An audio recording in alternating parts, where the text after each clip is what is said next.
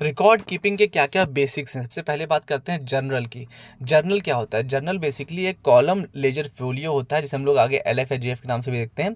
ठीक है, जर्नल हर एक ट्रांजैक्शन को रिकॉर्ड करता है। ऐसा समझ लीजिए आपकी एक जनरल डायरी, आपने डायरी बना रखी है, आपने सुबह कितने का दूध लाया, ब्रेड लाया, फिर कुछ आपने पेट्रोल डलवाया गाड़ी में, ये सब चीज़ें आप सब उसमें लिखते जा रहे हैं। लेकिन बाद में फिर आपको कहीं किसी दोस्त ने आपसे उधार रखा था, वापस कर दिया, फिर आपकी सैलरी क्रेडिट हो गई, ये सब उसमें लिखते जा रहे हो एक क्रोनोलॉजिकल ऑर्डर में, वो हो गया जनरल। ठीक है, बाद में जब इसको हम लोग डेबिट क्रेडिट के हिसाब से लिखते हैं तो इसको बोलेंगे कैश बुक। ये मोटा मोटा हिसाब है। कैश बुक क्या है? कैश बुक जो है वो अब सारे रिकॉर्ड्स जो भी कैश ट्रांजैक्शन है उसको रखता है।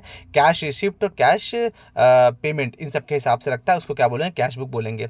अकाउंटिंग साइकिल में क्या क्या चीज़ें इंक्लूड होती हैं? सबसे पहले उसमें रिकॉर्डिंग होती है, मतलब कि सबसे पहले सारे ट्रांजैक्शंस को रिकॉर्ड किया जाता है किसी भी जनरल या फिर किसी भी सब्सिडरी बुक में। जैसे जैसे वो ट्रांजैक्शंस होते जा रहे हैं वैसे वैसे आप उनको रफ में एक तरह से लिखते जा रहे हो।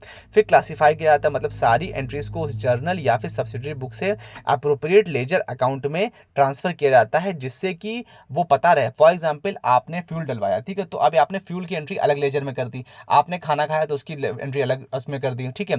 फिर आपने कुछ घर के लिए फर्नीचर का तो उसकी एंट्री आपने अलग कर दी। फिर आपने एक प्रॉपर्टी खरीदी तो उसकी एंट्री आपने अलग लेजर में कर दी। तो ये क्या है? क्लासीफाई हो गया। फिर समराइज किया जाता है। लास्ट स्टेज जो अकाउंटिंग की होती है उसमें क्या होता है? ट्रायल बैलेंस और फाइनल अकाउंट बनाया जाता है और देखा जाता है कि प्रॉफिट लॉस कितना हो, मतलब आपने कितनी सैलरी प्राप्त हुई, कितना रेंटल इनकम प्राप्त हुआ या कितना किराया प्राप्त हुआ, और उसके बदले में आपने क्या क्या चीज़ें कितना खर्चा किया। तो क्या हो गया? ट्रायल बैलेंस या फाइनल आपकी फाइनेंशियल पोजीशन निकल करके आती है। बिफोर मूविंग ऑन प्लीज ये देख लीजिए कि ये जो है जेबी पेपर 3 हम लोग कर रहे हैं, उसका मॉड्यूल ए का चैप्टर 3 है, maintenance of cash subsidiary books and ledger. Also I request कि प्लीज़ आप डिस्क्लेमर देख लीजिए that this video is for educational purposes only.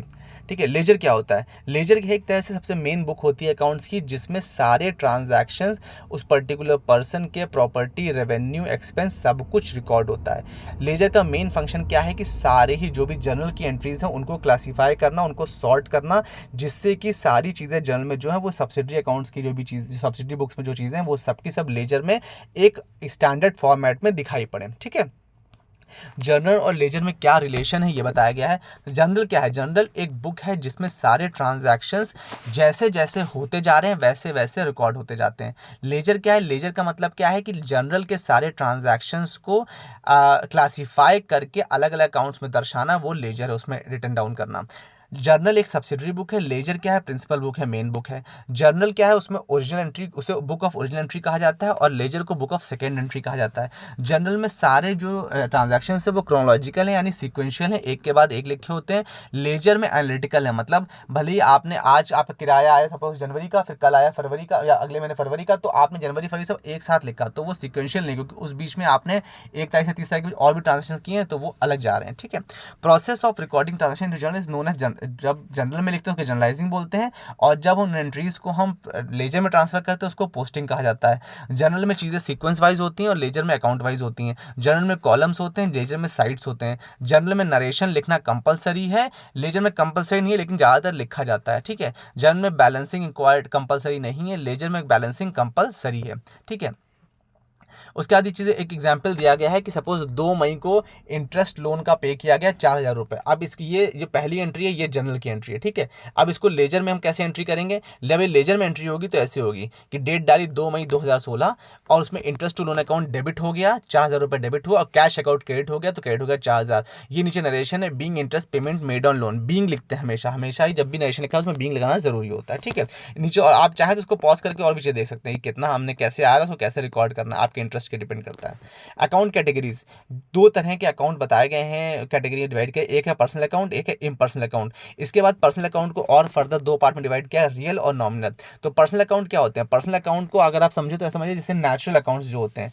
पहली बात कही जाएगी नेचुरल पर्सनल अकाउंट, मतलब वो लोग जो असली में एग्जिस्ट करते हैं, जिनको गॉड ने, ईश्वर ने बनाया है। ठीक है, जैसे कि प्रोपराइटर का अकाउंट, सप्लायर का अकाउंट या रिसीवर का अकाउंट, ये सारे नेचुरल पर्सनल अकाउंट कहलाते हैं। उसके बाद आर्टिफिशियल पर्सनल अकाउंट वो हैं जिनको लॉ के द्वारा बनाया गया, मतलब कॉर्पोरेट बॉडीज हो गए, इंस्टीट्यूशंस हो गए, जो एज ए पर्सन रिकॉग्नाइज किए जाते हैं बट एग्जिस्ट नहीं करते, मतलब कोई भी फर्म या ऑर्गेनाइजेशन या बिजनेसेस डीलिंग करने के लिए ये सारे आपके हो गए आर्टिफिशियल पर्सनल अकाउंट। फिर रिप्रेजेंटेटिव पर्सनल अकाउंट का मतलब क्या होता है? ये वो अकाउंट होते हैं जो कि किसी सर्टेन पर्सन या ग्रुप ऑफ पर्सन को रिप्रेजेंट करते हैं, जैसे कि सैलरी आउटस्टैंडिंग, रेंट प्रीपेड। भाई आप सैलरी अगर मान लीजिए वेजेस किसी को पे कर रहे हो तो किसी अकाउंट के थ्रू पे कर रहे हो, तो वो जिस आपने वेजेस का अकाउंट में रखा है वैसा कोई व्यक्ति एग्जिस्ट तो करता है नहीं है, ना ही ना ही आपके ओरिजिनली ना ही आर्टिफिशियली, तो इनको क्या बोलेंगे, रिप्रेजेंटेटिव पर्सनल अकाउंट, मतलब कि किसी पर्टिकुलर पर्पस के लिए बनाए गए हैं, ठीक है। फिर इम्पर्सनल अकाउंट दो तरह के हो गए, रियल और नॉमिनल। रियल में क्या होता है, रियल अकाउंट्स को दो पार्ट में डिवाइड किया गया, एक तो टैंजिबल और इंटैंजिबल, इसको छू सको, इंटैंजिबल इसको छू ना सको, सिंपल। टैंजिबल अकाउंट्स मतलब लैंड, बिल्डिंग, कैश, ये सारे जो अकाउंट्स होंगे जिनको आप फिजिकली टच कर सकते हैं जिन चीज़ों को, ये होंगे टैंजिबल रियल अकाउंट्स। इंटैंजिबल आपके जैसे कि आपका कॉपीराइट, पेटेंट, तो ये सब चीज़ें जो होंगी, ये सब चीज़ें आपकी इंटैंजिबल हो जाएंगी जिनको आप टच नहीं कर सकते, ठीक है, ट्रेडमार्क्स वगैरह भी आएगा। फिर नॉमिनल अकाउंट्स का, नॉमिनल अकाउंट्स जो है वो बुक्स में ओपन किए जाते हैं जिससे कि नेचर ऑफ ट्रांजेक्शन्स को एक्सप्लेन किया जा सके, जैसे कि सैलरी अकाउंट, सैलरी एम्प्लॉयज़ को पे की गई, या प्रॉपर्टी है जो आप जहां आपने किराए पे जो ऑफिस ले रखा है उसका जो रेंट आपने पे किया, इन सारी चीज़ों का जो पेमेंट होता है ये नॉमिनल अकाउंट मानकर किया जाता है जिससे कि चीज़ें एक्सप्लेन किया सकें। Accounting and columnar accounting mechanics, cash book thus serves the purpose of book of a original entry as well as that of a ledger entry. Cash book basically एक ओरिजिनल एंट्री का भी काम करता है और laser entry का भी काम करता है। कैश बुक में क्या क्या फीचर्स होते हैं, कैश बुक में सिर्फ और सिर्फ कैश ट्रांजैक्शंस रिकॉर्ड होते हैं, ये बेसिकली जर्नल और लेजर दोनों का ही काम करता है एट द सेम टाइम, ठीक है, क्यों, क्योंकि इसमें कैश ट्रांसफर रिकॉर्ड है, डेबिट क्रेडिट सब आ जाएगा। ऑल कैश रिसीट्स, जो भी कैश रिसीट्स है जो प्राप्त करेंगे वो सब डेबिट साइड में रिकॉर्ड होती हैं, और जो भी कैश पेमेंट किए जाते हैं वो सब क्रेडिट साइड में रिकॉर्ड होते हैं। ये सिर्फ और सिर्फ जो कैश एस्पेक्ट है, मतलब ऑनलाइन या बैंक वो ट्रांजेक्शन रिकॉर्ड नहीं करता, सिर्फ और सिर्फ कैश ट्रांजेक्शन को रिकॉर्ड करता है। जो भी कैश ट्रांजेक्शन इसमें रिकॉर्ड होते हैं वो क्रोनोलॉजिकल यानी सीक्वेंशियल ऑर्डर में ही रिकॉर्ड होते हैं। टाइप्स ऑफ कैश बुक के लिए बताया गया है, दो तरह की बताएंगे, पहला है, तीन तरह की एक्चुअली, पहला है simple single column cash book. ये कैश बुक जो रिपोर्ट करती है इसमें क्या है, लेफ्ट साइड में कैश पेमेंट्स रहेगा और राइट साइड में आपका, सॉरी, लेफ्ट साइड में रिसीट रहेगा और राइट साइड में पेमेंट रहेगा। ये देखिए एग्जांपल नीचे दिया गया है कि रिसीट नंबर, अमाउंट, डेट, ये लेजर फोलियो एलएफ है आपका, फिर वाउचर नंबर, ठीक है, कितना आपने प्राप्त किया ये प्राप्ति वाली ये आ जाएगा रिसीट नंबर, और कितना आपने पेमेंट किया ये आपका वाउचर में आ जाएगा, ठीक है। लेजर फोलियो मतलब एलएफ मतलब लेजर फोलियो, ये बताता है कि अगर आपको रेफर करना हो कि किस फोलियो से आपने ये चीज़ उठाई है तो रेफर करने के लिए काम आता है, इसीलिए लेजर फोलियो नंबर लिखा आता है। टू कॉलम कैश बुक क्या है, here instead of one column we have an additional column for discounts, ठीक है, कैश के साथ साथ डिस्काउंट का भी कॉलम बनाया जाता है। कुछ जब आप कोई चीज़ खरीदते हैं तो आपको कितना डिस्काउंट मिल रहा है वो उसमें लिखते हैं, या आप बेच रहे हैं तो कितने डिस्काउंट में बेच रहे हैं तो वो भी आप उसमें रिकॉर्ड करते हैं। Discount is a nominal account, जैसे कि हमने ऊपर पढ़ा था ना सैलरी वाले की था नॉमिनल अकाउंट, तो उसी तरह डिस्काउंट भी एक तरह से नॉमिनल अकाउंट होता है। जो भी डिस्काउंट दिया जाता है उसको लॉस माना जाता है, डेबिट साइड में रिकॉर्ड किया जाता है, और जो डिस्काउंट प्राप्त होता है हमें वो हम क्रेडिट साइड में लिखते हैं, उसको प्रॉफिट माना जाता है, ठीक है। इसके बाद कैश बुक का एग्जांपल दिया, आप चाहे तो पॉज करके देख सकते हैं, बट बहुत रेलेवेंट नहीं है तो मैंने नहीं लिखा। इसके बाद तीसरा अपना आता है थ्री कॉलम कैश बुक्स। ये जो कैश बुक होती है इसमें कैश होता है, इसमें डिस्काउंट, और एडिशनली जो बैंक कॉलम है वो सब कुछ है, मतलब इसमें कैश भी रहेगा, इसमें डिस्काउंट भी रहेगा, इसमें एडिशनली बैंक कॉलम भी रहेंगे।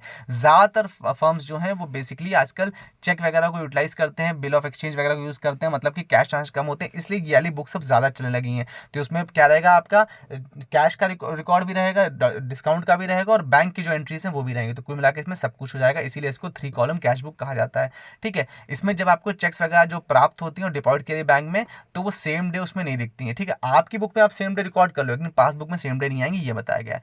फिर लास्ट है हमारे पास petty cash book. Petty cash book मतलब कई ऐसे खर्चे होते हैं जो रिपीटेटिव, जैसे आप ब्रांच में चाय मंगा रहे हो, ठीक है, या आप स्टेशनरी का काम है, या पोस्टेज आप रजिस्ट्री करवा रहे हो। अब एक बार में रजिस्ट्री में 25 रुपये 20 रुपये लग रहे हैं, तो आप कहाँ तक 20-20 रुपये की एंट्रीज दिखाओगे, तो आपने क्या किया, एक पेटी कैश अकाउंट बना दिया, उसमें 5,000 रुपये डाल के एक पेटी कैश बना दिया कि तुम इसको मैनेज करो, उसकी पेटी कैश बुक अलग बना दी। अब उसमें सब लिख रहा है कि 25 रुपये का रजिस्ट्रेशन वो का रजिस्ट्री हुई, 20 रुपये का रजिस्टर आया, 5 रुपये का पेन आया, या 10 रुपये का एक स्टैंप आया, इस तरह की चीज़ें लिखता चल रहा है, और लास्ट में उसने पूरा रिकनसाइल कर लिया कि भाई इतना खर्चा हो इतना बचा, जिससे कि जो बुक है वो हैवी ना हो, आपकी जो मेन कैश बुक या जो मेन आपका लेजर है वो हैवी ना हो, सारा उसमें बस पेटी कैश की एंट्री एक सिंगल एंट्री रहेगी और सारे छोटे छोटे बिल उसमें निकल जाएंगे, तभी फूड बिल, ट्रैवलिंग, ये सब चीज़ें उसमें जोड़ी जाती हैं। पेटी कैश बुक दो तरह की बताई, एक सिंपल पेटी कैश बुक, कॉलमनर पेटी कैश बुक, बस, ठीक है। फिर जर्नलाइजिंग, आपको पता है जर्नलाइजिंग का मतलब क्या होता है, जो भी बिजनेस ट्रांजैक्शन है उनको क्रोनोलॉजिकल ऑर्डर में लिखा जाता है, ठीक है। ये देखिए जर्नलाइजिंग का एक फॉर्मेट दिया है। डेट का मतलब डेट रहेगी, आप ईयर से ऊपर लिख दो, बार बार ईयर लिखने की जरूरत नहीं है आपको। पर्टिकुलर्स में क्या डिटेल्स हैं, नरेशन, वो सब आता है। लेजर फोलियो, एलएफ मतलब लेजर फोलियो होता है, इसमें ये लेजर फोलियो इसलिए लिखा आता है जिससे कि आप बाद में रेफर कर सको कि ये एंट्री कहाँ से जनरेट हुई है, ठीक है, उसके details. Rules of for journalising transaction के लिए कहा गया, गोल्डन रूल ऑफ अकाउंटेंसी, जो बहुत इंटरेस्टिंग है, बहुत इंपॉर्टेंट है। ये देख लीजिए रूल्स कुछ। पहला है personal account, it relates to person natural legal with whom business keeps dealing. मतलब कि पहली चीज़ ये है कि हमेशा रिसीवर को डेबिट करना और गिवर को क्रेडिट करना, ये ध्यान रखिए, पहला रूल है, ठीक है। पर्सनल अकाउंट के लिए कहा गया चाहे नेचुरल हो चाहे लीगल हो, जिसके साथ बिजनेस डीलिंग करी जा रही है, तो debit the receiver credit the giver, ये रट लीजिए। फिर रियल अकाउंट के लिए कहा गया it relates to property of goods which may come और गो फ्रॉम द बिजनेस, मतलब debit what comes in credit what goes out, ठीक है। तो पहला रूल क्या है, debit the receiver credit the giver. दूसरा रूल क्या है, debit what comes in credit what goes out. ये आपने पहले सुने भी होंगे बट अब याद कर लीजिए आप इसको। और थर्ड रूल है नॉमिनल अकाउंट्स के लिए, उसमें कहा है डेबिट ऑल द एक्सपेंसेस और losses and credit all the income. जो भी प्रॉफिट हो रहा है, जो गेन हो रहा है, जो इनकम हो रही है, उसको क्रेडिट कर लोगे, और जो खर्चा हो रहा है, जो लॉसेज हो रहे हैं, उनको आप डेबिट कर लोगे, ठीक है। ये बिजनेस एक्सपेंस, लॉसेज, इनकम और गेन्स को रिलेट करता है, ये बताया गया है। फिर ये एक एग्जाम्पल बहुत अच्छा दिया गया है, चाहे तो उसको आप देख लीजिए कि जनवरी 1 को रेंट दिया गया 4,000 रुपये। अब इसको जर्नल में कैसे लिखा जाएगा, रेंट अकाउंट डेबिट हो गया है, देखिए यहाँ से लिखा 1 जनवरी, क्योंकि ऊपर 2018 यहाँ पर लिख दिया है, तो उन्होंने ऊपर डाल दिया डेट में, देखिए सबसे ऊपर लिखा 2018, फिर लिखा 1 यानी 1 जनवरी को। रेंट अकाउंट डेबिट हो गया 4,000 रुपये, सो कैश अकाउंट क्रेडिट हो गया 4,000 रुपये पर, ठीक है। फिर सोल्ड गुड्स टू हर्ष, हर्ष को 10,000 रुपये गुड्स बेचे गए, तो हर्ष का अकाउंट, जब हर्ष ने खरीदा है ना सामान, तो हर्ष को तो बेचा गया है, तो हर्ष को 10,000 रुपये हर्ष के डेबिट हो गए, और कहाँ क्रेडिट हो गए, गुड्स अकाउंट में क्रेडिट होगा। अब पैसा आया गुड्स अकाउंट में क्योंकि सामान बेचा गया ना। और नरेशन में क्या लगा, being good sold to Harsh on credit, being हमेशा लिखना है, ठीक है। तो ये हो गया एक तरह से एग्जांपल दिया। With this we have come to end. I hope you like the session. Do like, share and subscribe and don't forget to comment.